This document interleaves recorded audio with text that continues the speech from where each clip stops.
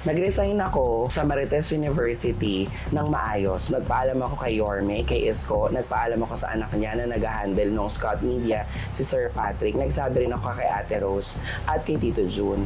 Ang nangyari noon, that time, I have teleserye. Meron akong Lovers Liars na ginagawa sa GMA kung saan yun yung pagbabalik ni Claudine sa teleserye. Nag-taping ako noon, tapos ang eksena, may mga guesting din ako. I guested for General Luna, si John Arcilia na game show. Nasa Novaliches yung studio, morning, tapos wala akong tulog from taping. Ngayon, pagkadating ko dun sa taping, nagme-message na sila na may taping mamayang alas 6 for Marites University. Nagsabi ako, sabi ko, baka po hindi ako umabot, baka po kung pwede alas 8, kung kaya lang naman po. Kasi maaga pa naman yun eh.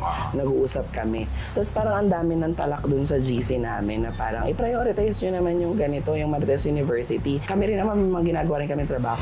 Hindi ko gusto yung ganong feeling kasi kaya nga po ako nagsasabi ng umaga at kaya nga po tayo may GC, di ba?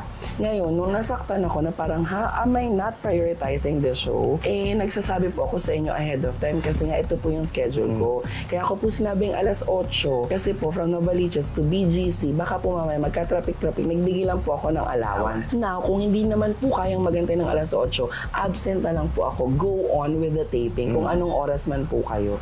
Tapos, syempre, minsan may mga hindi pagkakasunduan kami nila Kuya Ambit na minsan mararamdaman ko na parang ang dating kailangan may say ako, may say siya yung gano'n. Parang hindi na siya healthy doon sa nangyari. Sabi ko, I'd rather resign and stop sa gano'n na parang hindi ko po kasi kaya makipagplastikan na parang okay lang tayo. Gusto ko po papasok ako sa trabaho ng masaya, ng okay lahat. Kaya si Ate Rose, sabihin ako ni Ate Rose, Jai, please wag mo naman kaming iwan. Baka naman mapahinga, maayos. Sabi ko, Ate, hindi kasi parang ang dating sa akin nung sinabi na I'm not prioritizing, ganito ganyan, ang dami nang sinasabi dun sa GC. Parang ang dating nagpapakadiva ako. Ayoko po nung say na may mga pagpapakadiva na mga ekse-eksena. So, better yet, mag-resign na lang po ako, ate. Ayun, nag-resign ako, tapos ayaw din akong paalisin ni Yorme tsaka nung boss namin si Sir Patrick. Pero, maayos naman kaming lahat. Pero alam ko naman, aware naman siguro sila Kuya Ambet, yung mga kasama ko doon. Na taas naman din ang kamay ko sa kanila. Nirespeto ko sila at support naman ako sa kanila. Hindi nila ako pinagtulungan kasi si Ate Rose okay kami, si Tito Jun okay kami.